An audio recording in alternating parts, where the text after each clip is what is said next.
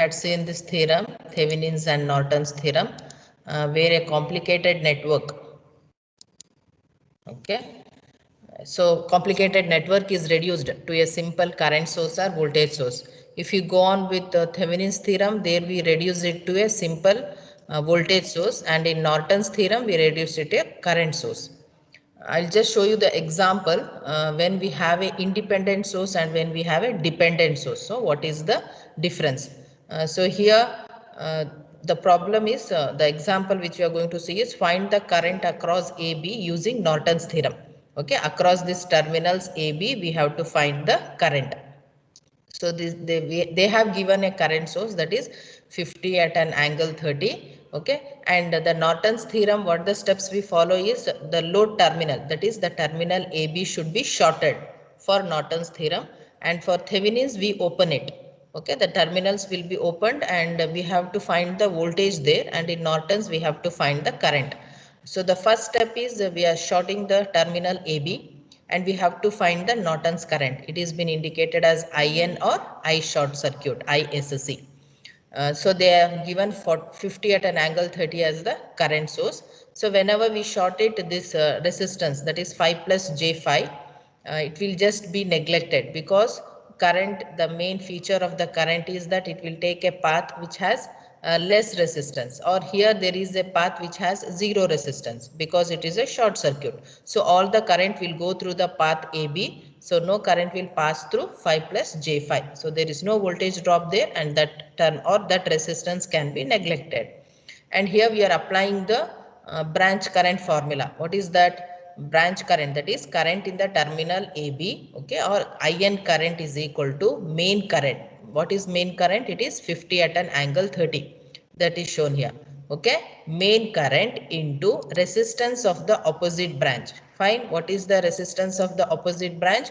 It is 5 plus J5. That is written here. Resistance of the opposite branch divided by sum of resistances. Sum of resistances means 10 plus 5, it is 15. 15 plus J5. So branch current is equal to main current into resistance of the opposite branch divided by sum of resistances. Just substitute this in your calculator, you will get the answer. The answer is written in polar form. You can write the answer in the rectangular form also. See here, since we have only independent source here, 50 at an angle 30 is an independent current source, and we don't have any dependent source. To find the equivalent resistance, what we'll do, looking from the load terminal, just looking from the load terminal, if we have any voltage source, they should be shorted. In the given network, we don't have any voltage source, we have only current source, and that is opened here. Okay, and looking from the load terminal, how is this branch? 10 plus 5, that this full branch is in series, so it becomes 15 plus J5. 15 plus J5 is in parallel to 5 plus J5. It is nothing but 15 plus J5 into 5 plus J5 divided by sum of the resistances. So looking from the load terminal, that is important. This method is followed to find Z equivalent when we have independent source. Now suppose if we have a dependent source, so that is how I am comparing here. After finding Z equivalent, you have to just write the Norton's equivalent circuit. So Norton's equivalent circuit is nothing but a current source with parallel resistor. Now suppose suppose you think that there is a network which has a dependent source here. See, this is the network which is having a dependent source. So this is the symbol of the dependent source, you should remember. So what type of dependent source it is? Dependent voltage source. It is depending upon the current in the 6 ohm resistor. So for that, what is the method you have to follow? You have to go with the equation Z equivalent is equal to open circuit voltage divided by short circuit current, that is VOC divided by ISC. Fine. So you have to find out both. You have to find out open circuit voltage. It is nothing but Thevenin's equivalent voltage. That should be done across load terminal only. And you have to find out short circuit current also. Okay, both should be found. You have to do it to find out the Z equivalent. So that how to do that we'll see here. So first this is the network they have given. So we have one independent source and one dependent source. So first we'll short the terminal AB to find out the short circuit current. To find out the current here, the same thing, the current across 6 ohm is neglected. There is no current there.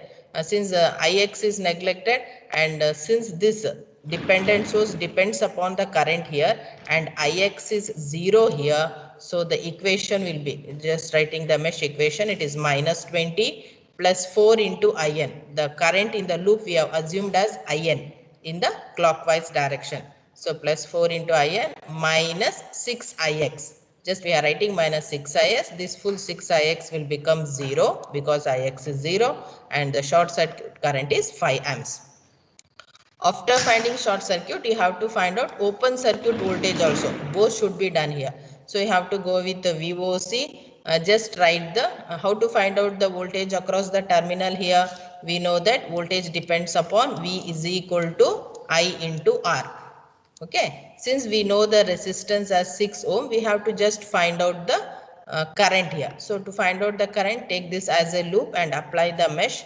So you'll get minus 20 plus 4Ix. So we are assuming current Ix in the clockwise direction. Fine.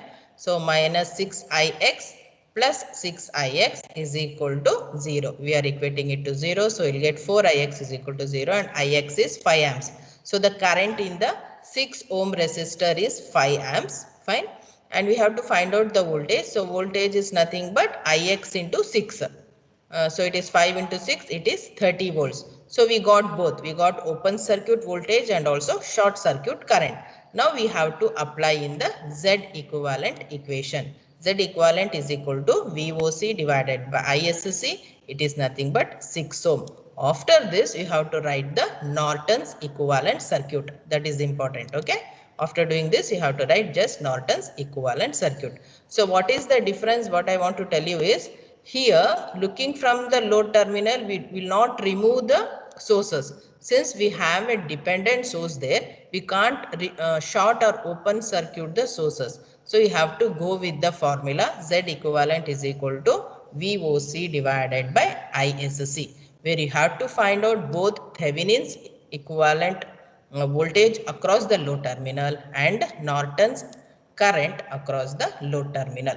Okay. So this is the one of the example which is important. Next we'll continue with our third module. Okay, third module will start with since already we had seen series resonance, we'll go with parallel resonance. In parallel resonance, this is the first derivation. Parallel resonance, we have two derivations here. In resonance, we have these three elements, three passive elements. One is R, L and C. Here R and L are in series and that is in parallel with C. Okay, and we'll show that L is also having resistance here. Okay, inductance is shown to have resistance and capacitance is not shown. Okay, we have only capacitor here. So what is the description? The circuit consists of inductive coil of resistance R and inductance L. That is important. It is having inductive coil which is placed in parallel with capacitance C and connected to an alternating supply voltage E. So what is the impedance of the coil? Which coil it is? Inductive coil. So what will be its impedance? It is nothing but R plus J omega L. Okay, for inductance we write it as J omega L. So it is R plus J omega L. So admittance means it is the inverse of impedance. So the admittance of the coil is YL is equal to 1 by ZL. So just write it as 1 by R plus J omega L. Next we have to rationalize it. Hope you know rationalizing. So you have a plus sign here. So you write it as minus into R minus J omega L divided by R minus J omega L. So after rationalizing, the answer is R minus J omega L divided by, this is nothing but A plus B, A minus B. It is A square minus B square. Since we have J square will get, so minus and minus will become plus. So you'll get R plus R square plus omega square L square after rationalizing. So we are finding first the admittance of the coil. Next, the same thing should be done for the capacitance. What is the impedance of the capacitance? Since we have only capacitance, so we'll write ZC is equal to 1 by J omega C. So after rationalizing, you'll get it as minus J by omega C. Admittance will be just inverse of it, so it is J omega C, because 1 by j becomes minus as the total admittance of the circuit. Okay, next we have to find out the admittance of both. That means we have to write admittance of inductance and capacitance. So y is equal to yl plus yc. So just substitute, we get r minus j omega l. This is the admittance of inductance and this is the capacitance. Both are added here. Okay, next separating, what you have to do, we have to separate the real terms and imaginary terms. Real terms means the terms which don't have the j term. Okay, so which are the terms here? It is r divided by r square plus omega square l square. Okay, this term is not having any j. Next we have j here, so j into, here also there is one j, so we have taking j outside common. It is omega c. Omega c is plus here and omega l has minus, so I have written minus here. So omega c minus omega l divided by r square plus omega square l square. So for the circuit to be at resonance, the impedance of the circuit should be purely resistive or the admittance must be purely conductive. So what they will do for that? They will equate the imaginary part must be equated to 0. Therefore, at resonance, what we will do? The imaginary part. Okay, imaginary part is what? This term. Okay, at resonance, since we are telling it at resonance, so omega will be represented as omega r. Okay, omega rc minus omega r l divided by r square plus omega r square l square is equal to 0. Just send it to the RHS, this minus will become plus, so omega rc is equal to. Next cross multiply it. Okay, r square plus omega r square l square is equal to l by c. This omega will get cancelled. After cross multiplying, omega r square is equal to l by c. Just send this side. It is minus r square divided by l square. Getting it? Omega r square is equal to 1 by l by c. Send this denominator to numerator. Okay, so you'll get 1 by LC minus r square by l square. Omega r is equal to root of 1 by LC. If you put this omega in terms of frequency, you'll get 2 pi fr. That 2 pi that is sent to the RHS. So fr is equal to, that is resonant frequency is equal to 1 by 2 pi root of 1 by LC minus r square by l square. So this is the parallel resonant frequency. For which? For an inductive coil which is having resistance. Okay, that is important. So this is the derivation. Next, at resonance, the admittance of the circuit is purely conductive. At resonance, fine. So YR is nothing but, that is admittance is nothing but RC by L, and ZR is just inverse of it, that is L by RC. What is ZR? ZR is the impedance of the parallel circuit at resonance, and it is known as dynamic resistance. That is important. It is known as dynamic resistance. Next, the same derivation here. Here, the parallel resonance circuit, considering the capacitance to have resistance. Here, this is important. See here, capacitance is also having resistance. First, how we derived? We derived only capacitance, and the inductive coil was having resistance. Here, now capacitance is also having resistance. This is the second derivation.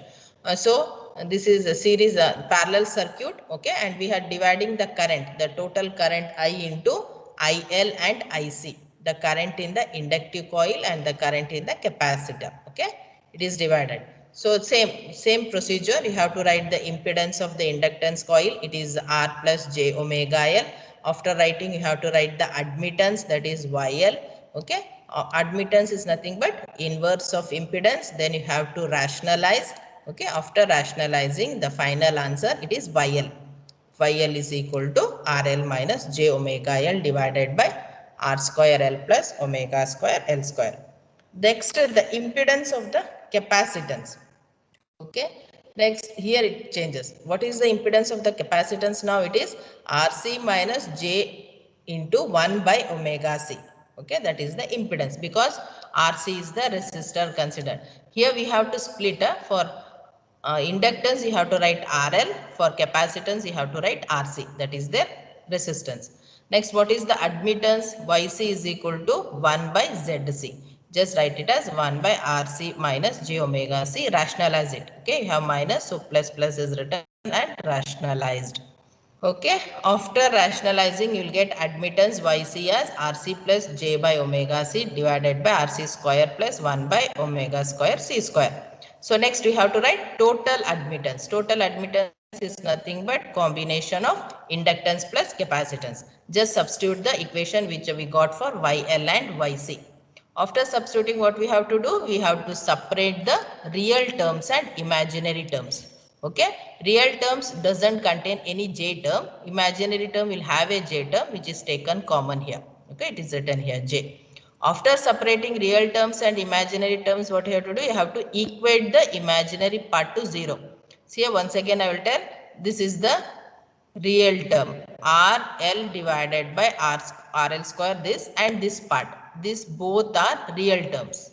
Okay, and the imaginary term are the other terms. Okay, j you have to take common, and here minus sign is written in the middle. Okay, and 1 by omega c is written here, so this part is written here. Okay, and this part is written here. Just real part and imaginary part are separated. After separating, equate the imaginary part to 0.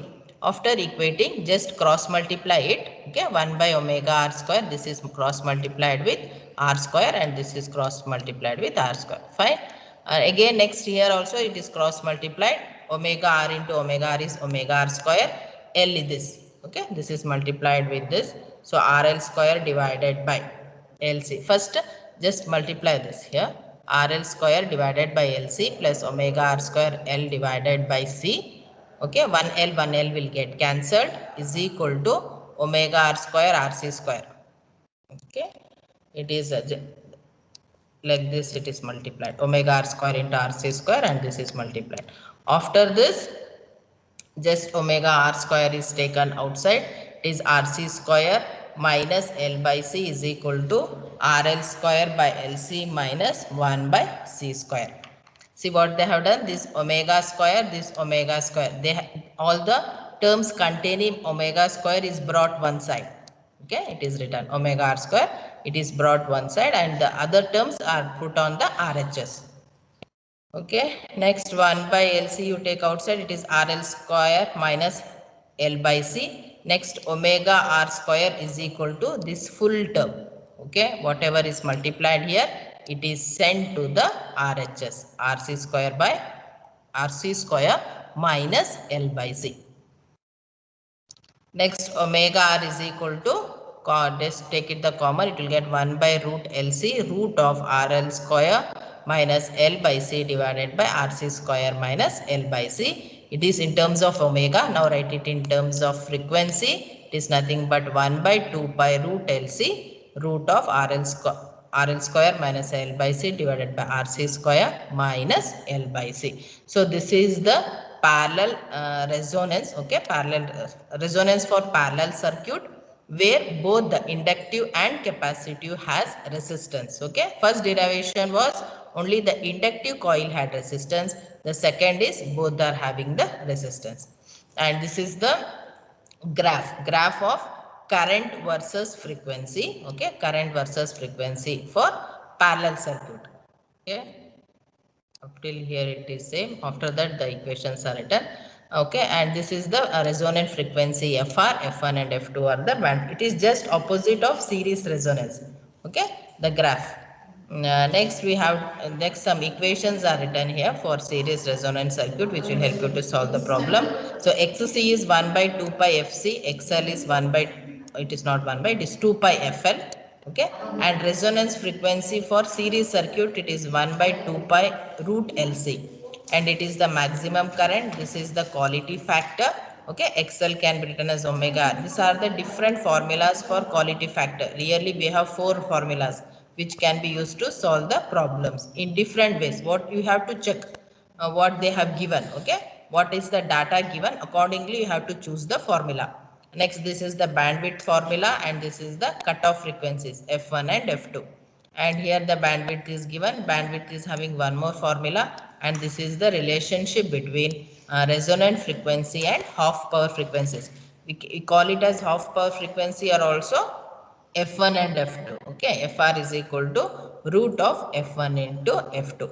So this all these derivations was done in the last class only. Hope you have understood. Thank you.